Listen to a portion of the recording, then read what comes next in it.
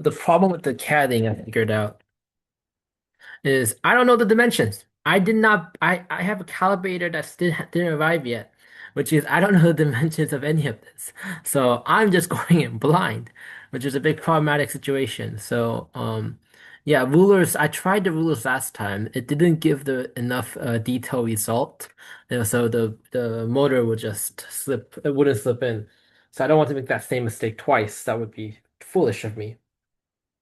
But then again, I'm looking at this and I'm saying there's not enough space.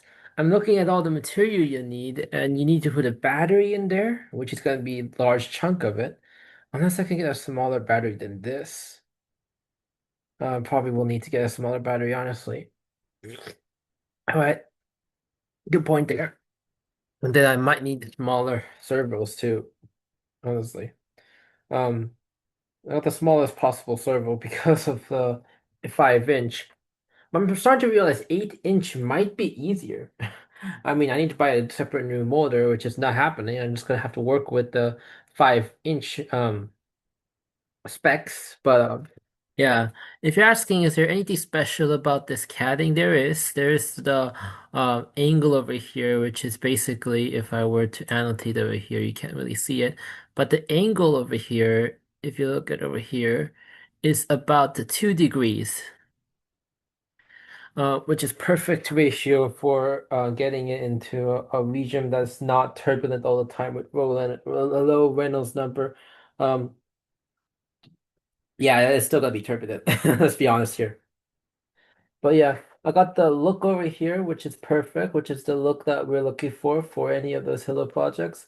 But I'm starting to realize the servo over here, whenever we have the servo over here, it's going to have to do the majority of the heavy lifting. I am not joking. The majority of the heavy lifting will have to be done by the servos, where the servos need to do masterful work to make this thing even work. Um, from what I have calculated theoretically, which is bullshit calculations because it's not even a simulation. No MATLAB is involved. It's just done by hand in Buckingham Pi, and R divided by D is basically what I did. I'm not sure if I did half of the calculations correctly. Um, so there you go. A messed up calculation for a messed up man. Yeah, that's all I have to say for that one. Yeah. I hope it works. I truly hope it works. I hope I'm not fucking myself with the foot. But I feel like I am fucking myself in the foot, which is not a good sign to see. So obviously this is the crossover here. This is the spar. Now I figured out what the spar means. Um, Previously I had like one thick one over here, but then it's not uniform force. So this has to be true. You have to use 4 cross. And I looked at the real Hiller and they did 4 cross. So I think that works. Although it's PLA, so fuck me, it's gonna be weak as fuck. As you can clearly see, I did not make it a solid body yet. If you look over here.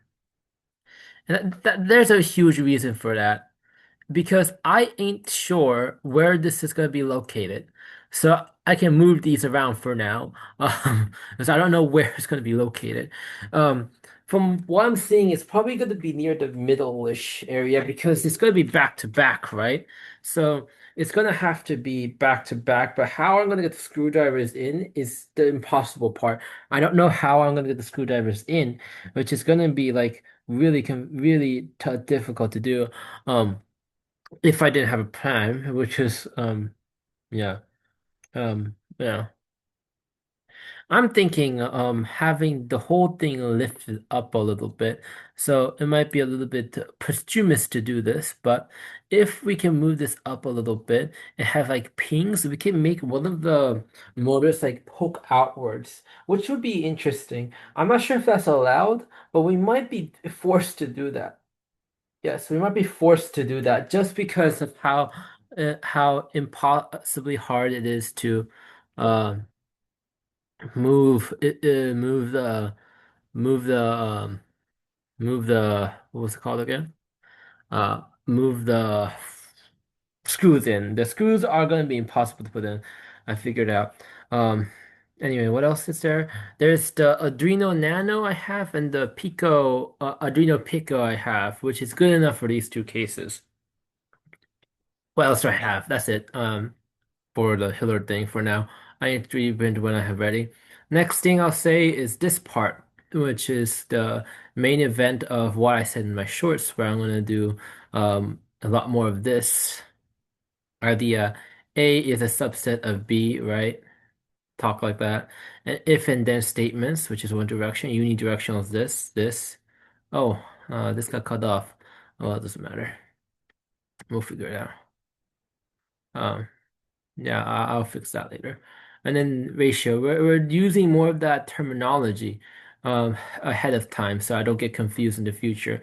And now we're going to do a bunch of these proof problems, these one-line proofs, because apparently it's everywhere in advanced grad classes I have never heard of before. Yeah, so we're changing everything here. Uh, and then obviously we're going to do some of the property of scalar, and we're going to do that. We're going to change all of this into more of a digestible format, which basically means do it in a format that includes this kind of notation, because for God's sakes, this is so important. If your professor teaches this, you're in luck.